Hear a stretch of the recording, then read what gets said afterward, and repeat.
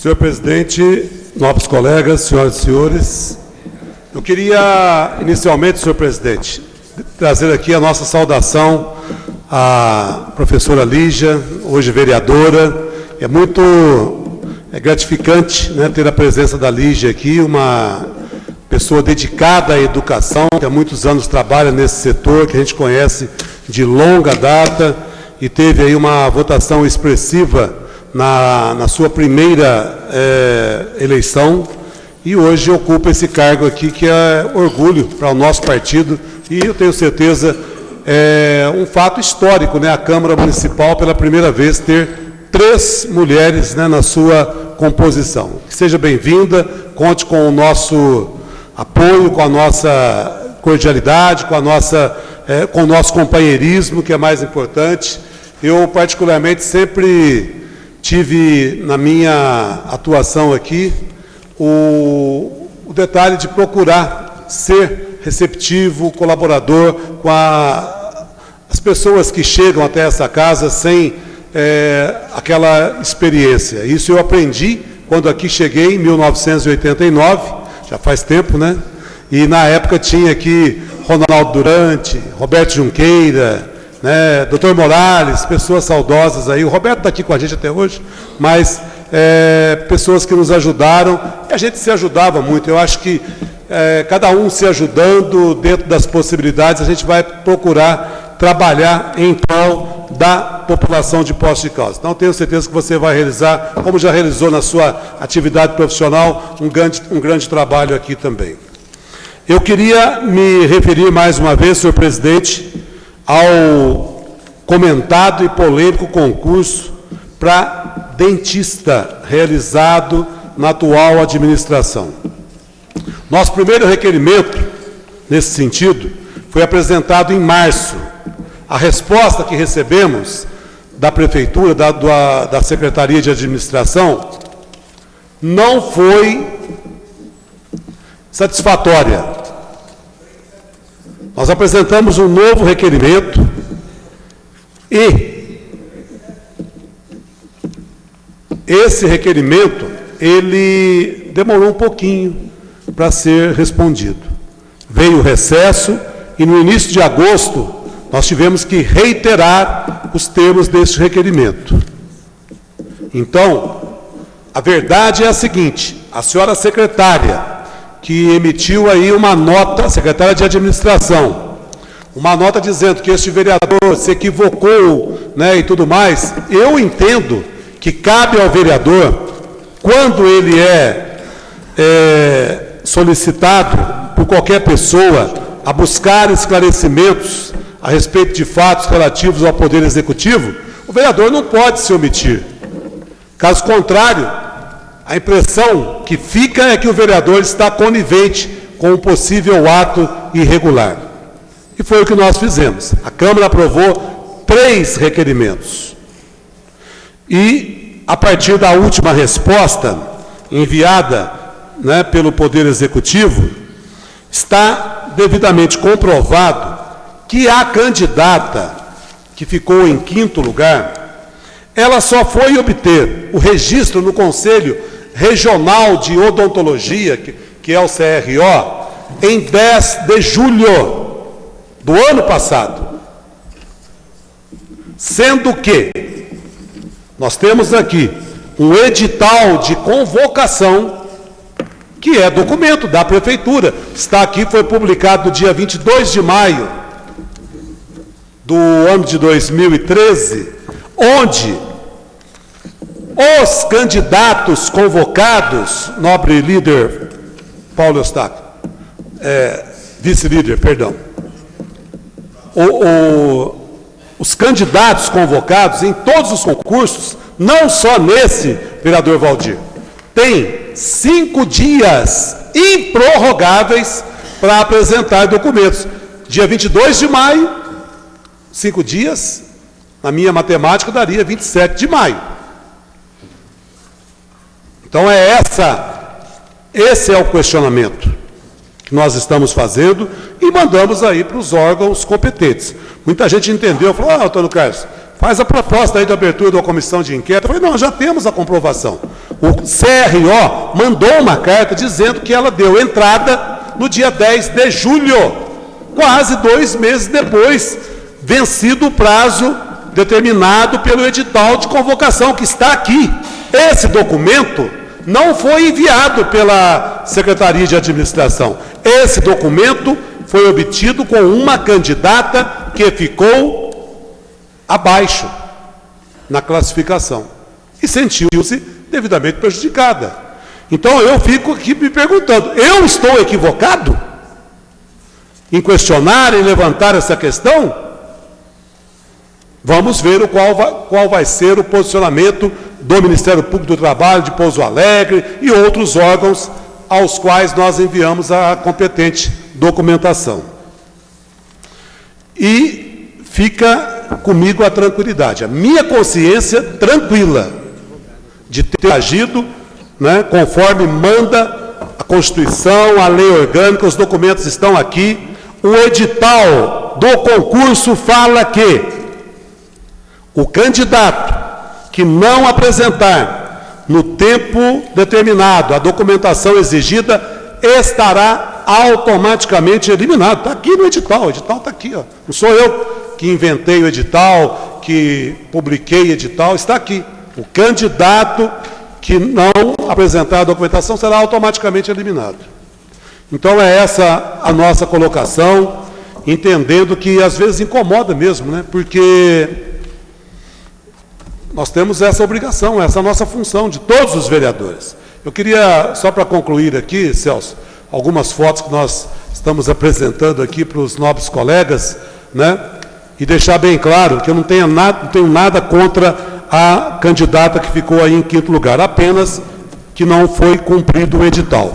O nosso conjunto aquático aqui, foi uma atração turística, há muito tempo que a gente vem batalhando nesse sentido, e hoje nós tivemos mais uma vez aqui, a água escorre, esse conjunto aquático que fica aqui tão perto de nós, né, que leva o nome do saudoso vereador, nosso amigo, ex-vereador Eduardo Paiva, está precisando realmente de uma remodelação, de uma restauração. Quando ele está em funcionamento, as pessoas não conseguem passar na calçada, porque a água fica ali, né, na calçada e impede a passagem das pessoas. Então eu acredito, minha modesta sugestão aqui é que a Prefeitura, né, através da Secretaria de Serviços Públicos e o secretário de governo, o diretor da DME, secretário de imprensa, Fernando Poço, poderia falar com a Unimed, cujo presidente é o nosso grande amigo, o doutor Benjamin Poço, para a Unimed ajudar o município. A Unimed está ali, ela cuida da parte de jardim, cuida muito bem. Mas a estrutura do conjunto aquático, que é muito antiga, ela está precisando, inclusive, para proporcionar o reaproveitamento da água numa época em que nós todos devemos, né, lutar para a economia desse líquido tão precioso. Então, deixa aqui, na próxima semana, estamos entrando com um requerimento nesse sentido. Muito obrigado. Lígia, mais uma vez, seja muito bem-vinda. Boa sorte para você. Obrigado, vereador Antônio Carlos. Com a palavra, vereador José Maria.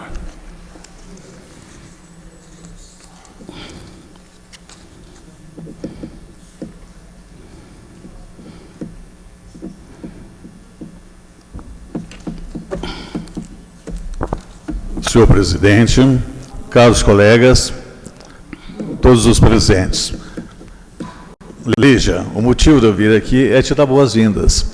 Dizem alguns estudiosos que uma mulher vale por 2 homens, que é o sexo forte e, além de tudo, tem o 6º sentido. Seja bem-vinda, você está enriquecendo a nossa Câmara.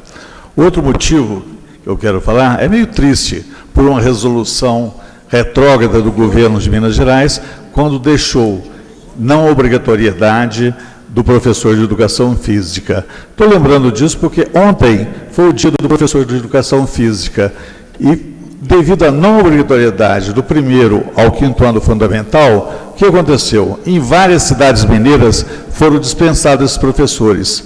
E vendo alguns exemplos, como Uberlândia, Uberaba, entraram na justiça e estão voltando. Então, é uma coisa retrógrada tirar uma educação física de um aluno que hoje precisa nessa cidade de alguma coisa e para uma melhor saúde. Então, esse é o meu protesto contra essa resolução. Quem sabe volte a dar certo isso, porque ontem foi o dia do professor e ele não teve muito o que comemorar. Mas quero deixar aqui meu parabéns a todos os professores de educação física. Obrigado a todos. Com a palavra, a vereadora Maria Lígia Freitas Podestá. Vereadora Lígia Podestá. O nome demais.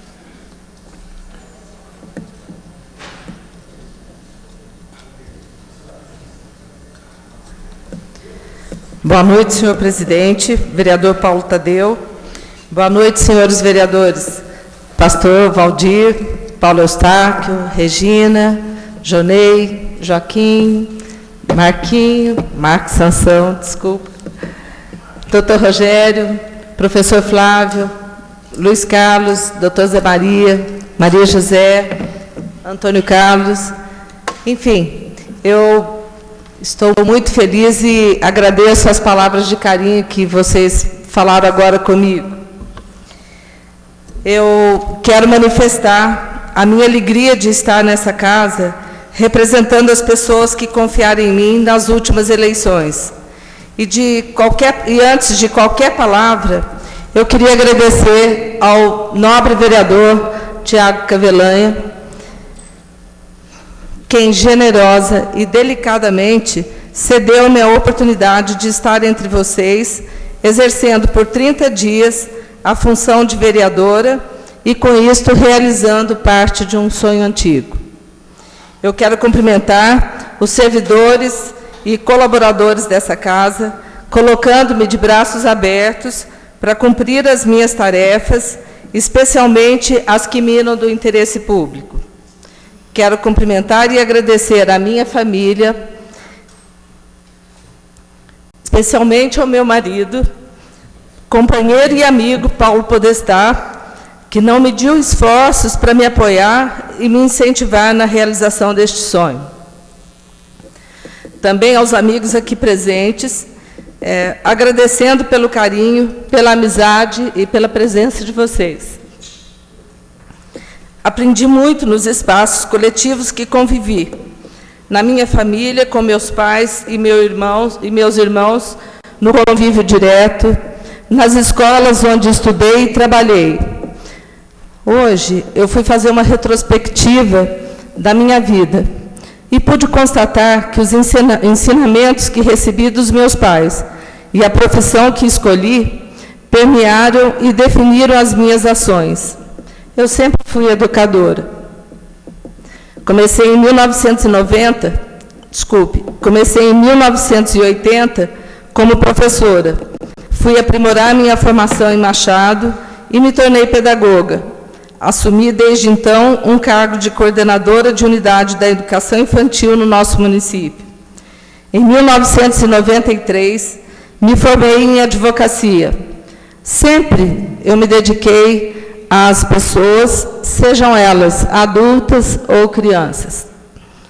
Como coordenadora, estive à frente da creche São João e Santo André. Dali saí, em 1993, para assumir a coordenação do programa Recriança, Brincando e Aprendendo, com 12 núcleos, já preconizando naquela época o horário integral, tão importante para as crianças e principalmente para os adolescentes que podiam ocupar seu tempo livre com orientação de estudos, iniciação esportiva, atividades recreativas e também atividades que desenvolviam o gosto pelo trabalho. Foi neste projeto que desenvolvi minha capacidade de liderança, meu jeito de lidar com as pessoas, com respeito e com confiança. Pude assim me candidatar à direção da Escola CAIC, professor Arino Ferreira Pinto, onde, numa eleição democrática, e é assim que esperamos que sempre seja, fui eleita e reeleita em 2006, novamente com a participação de toda aquela comunidade escolar. Foram 8 anos de trabalho produtivo e da montagem de uma escola que atendia 1.200 alunos, sendo que aproximadamente 500 deles ficava em período integral, com um ótimo corpo docente e com uma comunidade muito receptiva. Foram anos felizes. Em 2010, assumi a direção da Escola José Mahmoud Hassan, que havia sido municipalizada. Em 2013, assumi o Centro de Educação Infantil Professora Anésia Camargo de Andrade como coordenadora. E assim eu continuo a minha caminhada na educação. Muito feliz e agindo como sempre o fiz, realizando uma gestão democrática e cidadã. Agora, eu sei que vou aprender muito nessa Casa Legislativa, pois, senhor presidente, nobres colegas, amigos presentes, tudo isso não me dá ainda condições de sentir suficientemente pronta para o tamanho da tarefa e da responsabilidade que terei nesses 30 dias. Seria muita ousadia da minha parte se falasse ao contrário. Essa casa deverá ser a minha escola. Mas não posso deixar de expressar o desejo e o compromisso de trabalhar incansavelmente, pois trago comigo a coragem de mudar e a garra de uma trabalhadora que sonha em contribuir na melhoria de vida do povo de Poços de Caldas. Não há impossibilidade de realização de um bom trabalho quando se faz oposição com responsabilidade, pois nada me impedirá de contribuir na lisura da gestão pública. Pode causar desconforto aos desejos de uma parte das pessoas, mas penso que será bom para o município e bom para o nosso povo. E, mais que ser oposição ou situação, senhor presidente, nobres colegas, amigos, apenas utilizarei dessa tribuna para apresentar demandas, propostas e solicitações, sempre honrando a confiança dos que me escolheram para dar o seu voto. Quero me inteirar cada vez mais das necessidades de nossa cidade e fazer o possível para, mesmo neste curto período, apresentar propostas que venham atender aos anseios da nossa comunidade e que sejam execuíveis, na certeza de poder contar com os nobres colegas, independente da situação partidária, mas principalmente visando amenizar e melhorar as condições de vida daqueles que confiaram em nós e depositaram todas as suas esperanças em ter uma Poços de Caldas possível de se viver. Senhor presidente, nobres colegas, senhores e senhoras, quero terminar a minha fala elevando os meus agradecimentos pela atenção e respeito, colocando-me à disposição em contribuir para que possamos cada vez mais avançar na legislatura que as nossas funções outorgam, desejando a todos uma boa noite e a renovação da nossa esperança. Muito obrigada. Obrigado. Vereadora Lígia, parabéns pela estreia. Com a palavra a vereadora Regina Sioff.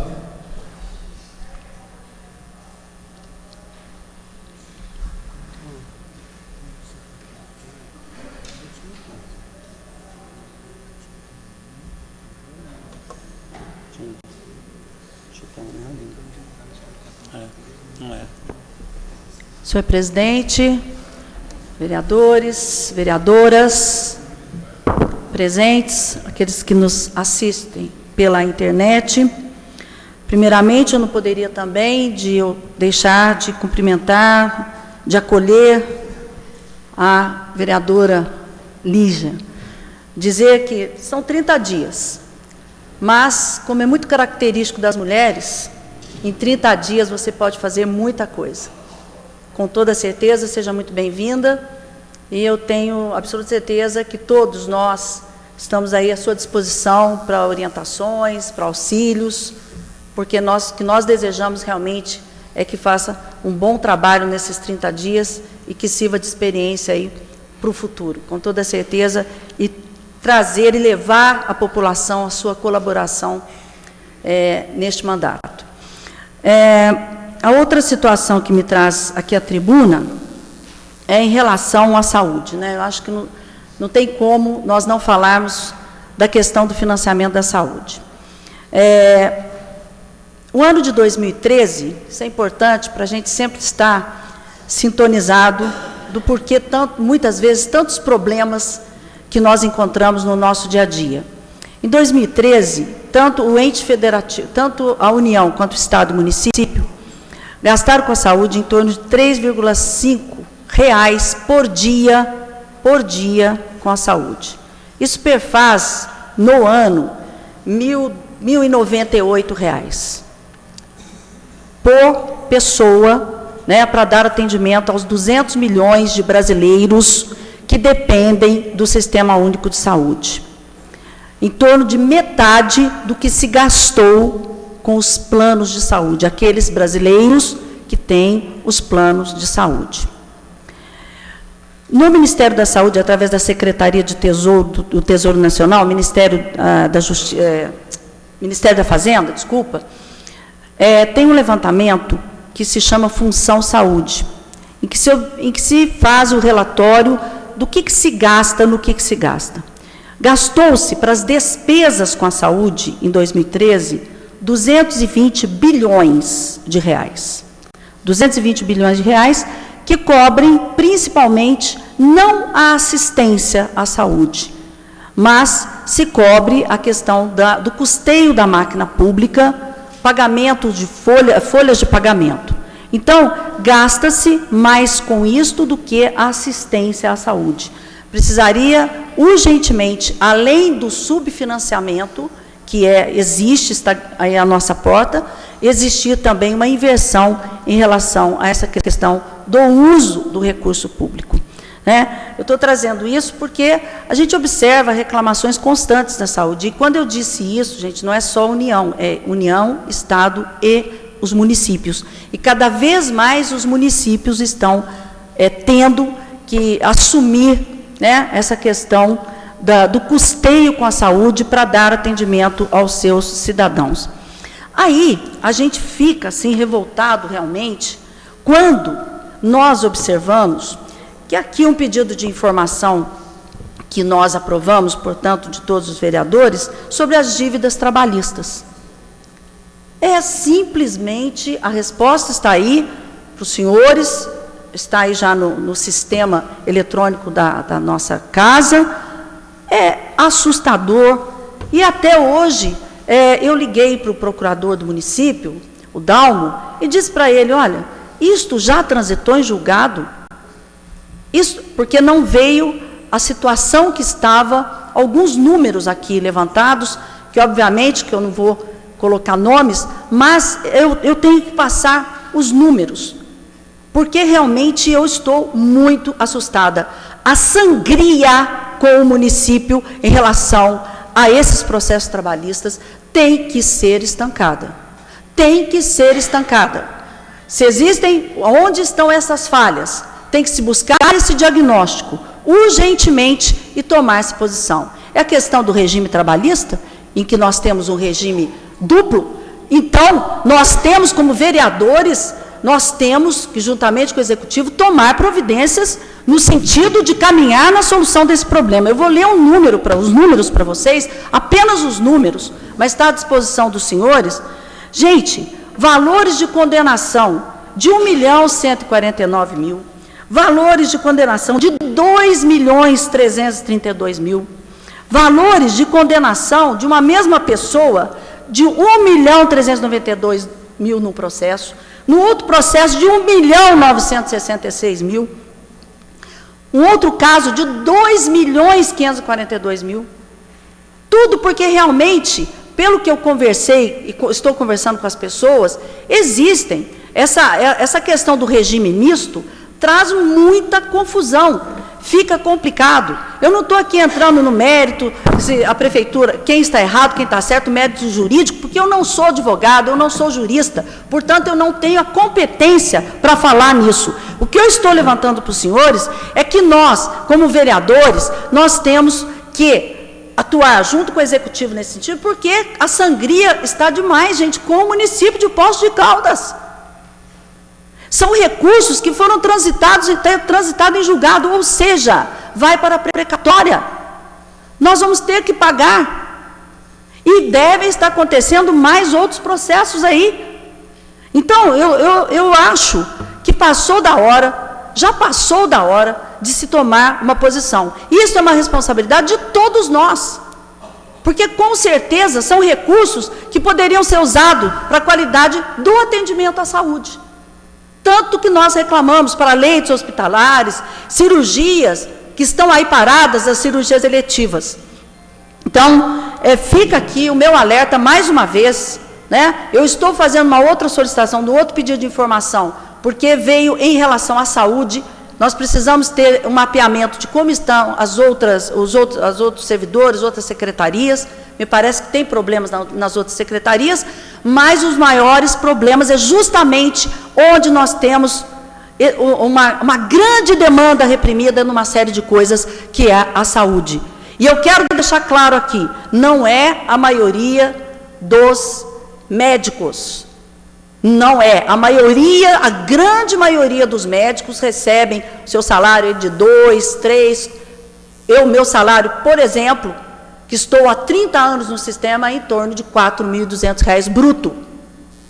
Tá certo? Então fica bem claro aqui, para dizer, não, os médicos estão ganhando fortunas. Existem essas demandas trabalhistas, que eu aqui citei, não citei todas, mas citei pelo menos as maiores, que estão aí realmente levando ao município a uma situação irreversível muitas vezes, e tenho certeza que se as atitudes não forem tomadas, nós temos sim corresponsabilidade com essa situação. Muito obrigado, senhor presidente. Obrigado, vereadora Regina Cioff. Com a palavra o professor Flávio Faria. Senhor presidente, vereadores, demais presentes, eu inicio a minha fala, senhor presidente, cumprimentando a vereadora Lígia, que seja bem-vinda, que Deus te ilumine, Lígia, nessa caminhada. O poder legislativo é o poder onde nós temos a possibilidade de conviver com as diferenças e, através das diferenças, construir caminhos que sejam propositivos para a nossa sociedade, para a nossa comunidade. Que Deus te ilumine nessa etapa da sua vida. Gostaria, senhor presidente, de iniciar minha fala manifestando em relação à estrada Poços-Palmeral. A gente tem sempre andado na estrada e tem observado uma obra de qualidade, importante para o município, como nós manifestamos aqui em outros momentos. Uma obra importante para a comunidade rural, para os produtores rurais, para as empresas que atuam naquela região, para o povo de Palmeral e assim por diante. Então, a gente tem observado uma ação muito significativa, muito efetiva, num compromisso que foi assumido aí pelo governo do Estado com o prefeito municipal, e está cumprindo esse compromisso. Mas eu também queria manifestar, senhor presidente, semana passada não foi possível manifestar nessa tribuna, onde se falou em relação ao centro de convenções. Eu gostaria de posicionar aqui, em relação ao governo do Estado de Minas Gerais. Nós sabemos que nós vivemos aí num país democrático, onde as diferenças devem ser respeitadas, mas devemos destacar que o centro de convenções, se nós temos uma área em litígio, uma área que não se pode construir, eu já manifestei aqui nessa tribuna. Nós temos uma região sul enorme que você se pode buscar encontrar uma outra localidade que se possa permitir a construção desse centro de convenções. Volto a falar, volto a reafirmar. O que tem que se ter é vontade de executar essa obra. O que tem que se ter é assumir ou honrar o compromisso que foi assumido com cada cidadão Poços Caldense. Nós não podemos ficar discutindo se a área está em litígio, não se pode construir. Ok, vamos buscar uma outra área que se possa efetivar. Mas, de repente, parece que é muito mais confortável ficar quieto, ficar isento. Não se pode, então não se faz mais nada. Se tem um recurso, se assumiu o compromisso, então vamos executar essa obra. É isso que a população está esperando do compromisso que foi assumido com o governo do Estado, com Poços de Caldas. Nós estamos esperando isso. Como também estamos esperando, vereadora Regina, o Hospital do Câncer, ou melhor, a ampliação do CACOM, porque nós votamos uma lei aqui no dia 26 de novembro de 2010, onde autorizamos a Santa Casa, uma instituição respeitada em nosso município, a construir um hospital na região sul da cidade. depois de muita polêmica, depois de muita discussão, mas, lamentavelmente, o valor era de 8, de 12, de 14 milhões, houve uma variação muito grande, mas ainda não é uma realidade. E aí, vereador Johnny, com todo o respeito que eu tenho Vossa Excelência, temos que tomar cuidado, porque nós não podemos trazer para a Câmara Municipal a responsabilidade pela não execução do Hospital do Câncer.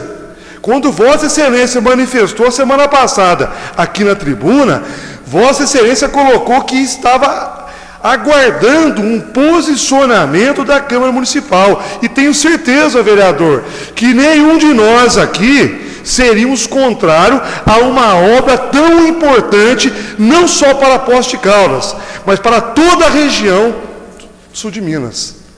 Uma obra importante que estaria contribuindo de forma significativa para o tratamento de entes queridos, de amigos, de familiares, de cidadão poços-caldense que precisam de um tratamento médico na área de oncologia, radioterapia e assim por diante. Então eu fico muito preocupado quando se coloca esse fardo, pastor Valdir, no Poder Legislativo. Pelo contrário, quem tem que assumir, quem tem que honrar esse compromisso com o município de Poços de Caldas e com a região é o governo do Estado. E nós estamos aguardando o governo do Estado se posicionar nessa importante obra que vai trazer mais dignidade para as pessoas que passam por esse momento difícil da sua vida. E é isso que nós queremos. A Câmara, eu tenho certeza, que a qualquer momento que for acionada, estará do lado do governo do Estado, do lado do governo federal, do lado do Executivo Municipal, buscando uma alternativa. Agora, não podemos trazer uma responsabilidade assumida pelo Legislativo, pelo Executivo Estadual e que ainda não foi cumprida para o Poder Legislativo Municipal. Não é nossa responsabilidade, mas sim do governo estadual que ainda não honrou esse compromisso com a população, com o povo de Poços de Caldas e região. Falando sobre isso também, eu fiquei muito tranquilo, falei que hoje fiquei mais sossegado quando a secretária manifestou em relação à questão da regionalização do SAMU, porque eu fiquei muito preocupado com essa regionalização, por entender o aumento significativo da demanda de pacientes aqui em Poços de Caldas. Porque, sem dúvida alguma, a referência seria Santa Lúcia, seria Santa Casa, vereador Dr. Rogério. E pior, porque nós tivemos aí a presença da secretária, e ela pontuou os investimentos na saúde, como a vereadora Regina se manifestou agora há pouco. O governo federal, ele contribuiu aí, nesse primeiro quadrimestre, com 24 milhões aproximadamente, um pouco mais, na saúde de Poços de Caldas. Ou seja, 46,33% dados apresentados aqui nesta casa. O governo do município contribuiu com recursos próprios, 22 milhões aproximadamente, em torno de 44,09%. Por outro lado, senhor presidente, o senhor que está nessa luta por uma disputa na vaga na Assembleia Legislativa, o governo do Estado, senhor presidente, ele contribuiu com 9,59% de investimento na saúde do nosso município. Precisamos sim cobrar mais, precisamos sim pedir mais uma participação do governo federal, temos que cobrar, mas temos que cobrar também do governo estadual a sua participação incisiva, maciça aqui, com recursos para contribuir para a saúde pública de Poços de Caldas, porque é algo muito insignificante. Quando você compara a participação do município, quando você compara a participação do governo federal, e você vê uma participação muito acanhada, muito tímida do governo estadual. Então esperamos que esse fato possa mudar e que possamos ter sim um governo que não só faça propaganda, mas que de fato se preocupe com a saúde do cidadão, investindo recursos na saúde do nosso país. Também queria, terminou meu prazo, terminou já? Só um instantinho, senhor presidente. Eu também queria manifestar aqui que nós estamos tendo aí dia 1º, dia 7, plebiscito popular, né, coletando assinaturas para a reforma na Assembleia, para se criar uma Assembleia Constituinte. E também queria manifestar aqui, senhor presidente, e honrar aqui todo o meu respeito a todos os vereadores pelo compromisso, vereador Lical, pela tranquilidade, pela serenidade nesse processo das diretoras da rede pública municipal. Eu não vi, em momento algum, por parte dos vereadores aqui, uma vontade de buscar uma alternativa. Isso é importante. Isso demonstra maturidade política, equilíbrio político, no sentido de se construir caminhos que se possa garantir um processo democrático que foi construído há muitos anos em nossa cidade, e vamos, sim, juntos, com as diferenças, trabalhar para que esse processo seja cada vez mais consolidado em posse de causa. Obrigado, senhor presidente. Obrigado, vereador Flávio Henrique. Vereador Paulo Tadeu.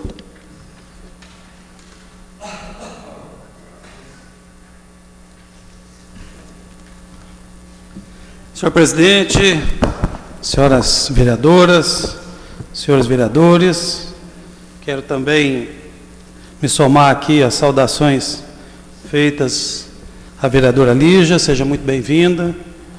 O Poder Legislativo é considerado, na teoria política, o poder mais próximo do povo.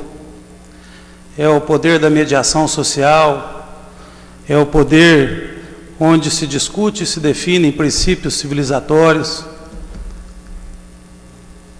Thomas Hobbes, num livro belíssimo do século XVII, chamado Leviatã, ele trabalha com a ideia de que o homem sem mediação é um homem em estado de natureza, em estado bruto, onde tudo vale, e que é necessário o contrato social para que a sociedade conviva, para que os homens e mulheres possam estabelecer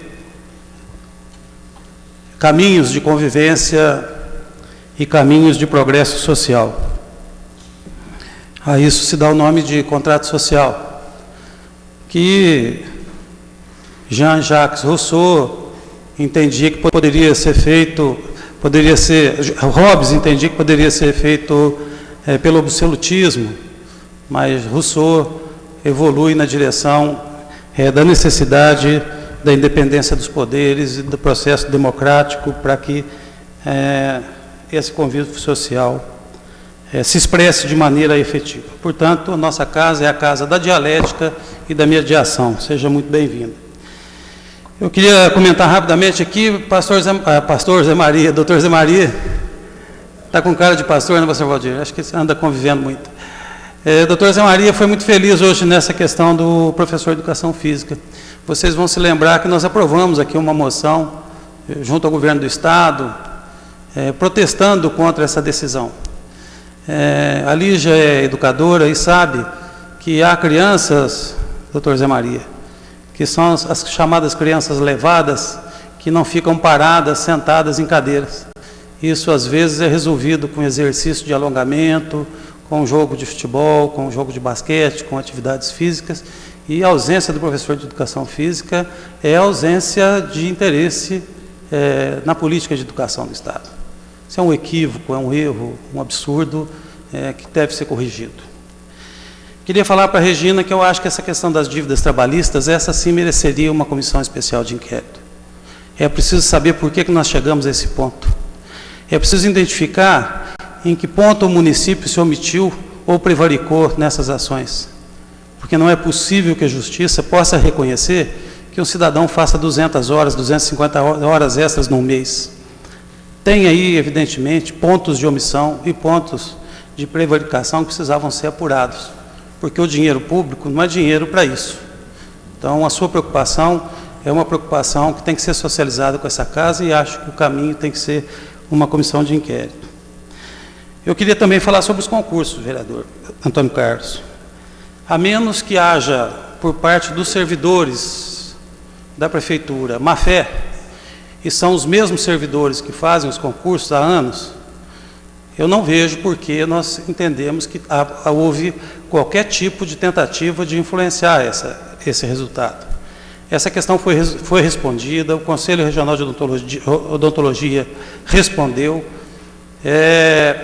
O que eu acho que é um escândalo é não ter concurso. Essa administração fez concursos para tudo.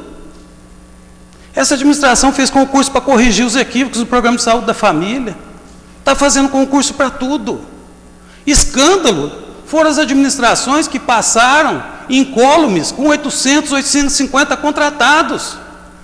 Escândalo é contratação de servidores em situação em que a justiça dizia que não podia e que ensejaram multas de 30 milhões por DEMAI. E isso é que é escândalo. Eu não posso escandalizar, por exemplo, o fato de, coincidentemente, e eu acho que não é, e é só coincidentemente, que nos últimos 8 anos, muita gente com sobrenomes de militância dos políticos no poder passaram nos concursos públicos, na prefeitura, no DEMAI, no DME. Eu não posso escandalizar, porque eu não tenho nenhuma prova de qualquer tipo de intervenção dessas pessoas no resultado desses concursos. E isso é evidente. É só apurar que isso aconteceu nos últimos 8 anos. Então, eu diria para vocês, esse escândalo é não fazer concurso. Quero terminar aqui com uma questão mais amena. Eu quero falar um pouco sobre a minha profissão. Dia 9 de setembro, agora, nós comemoramos o dia do médico veterinário. O médico veterinário é uma das profissões mais antigas da civilização. Há testemunhos, há estudos que demonstram que os primeiros animais domesticados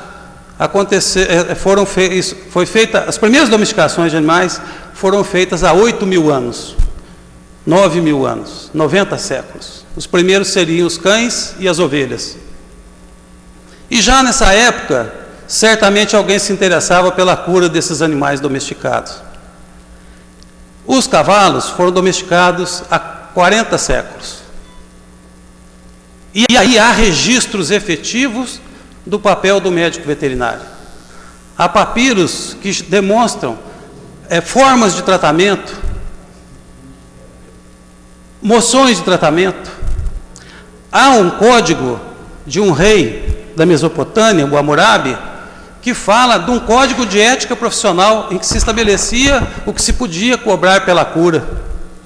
Aristóteles, que foi o grande aluno de Platão e foi também o grande inspirador de Alexandre o Grande, Aristóteles dissecou animais e é o inventor, é o criador, Dr. Zé Maria, Dr. Rogério Andrade, doutora Regina Sioff, são os criadores da anatomia comparativa, é o criador da anatomia comparativa. E depois disso, outros sábios se envolveram nessa discussão. A primeira escola de medicina veterinária ocorre na França no século XVIII e a primeira do Brasil só no século XX, numa criação do presidente Nilo Peçanha. Ao médico veterinário cabem muitas tarefas. Na saúde pública, cuidando da qualidade dos alimentos e cuidando das zoonoses, que são doenças comuns aos homens e os animais.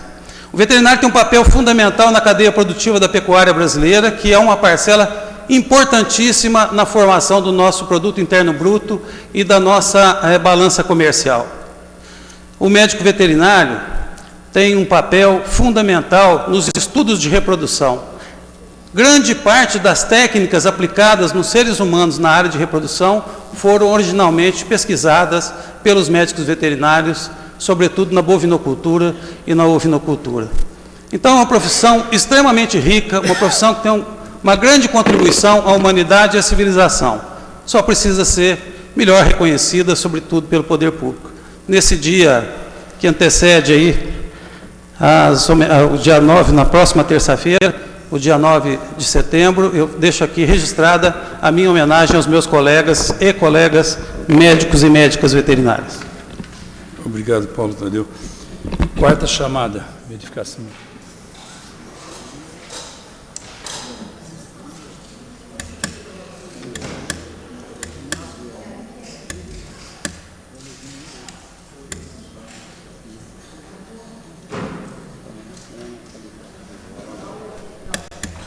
Ô, Paulo.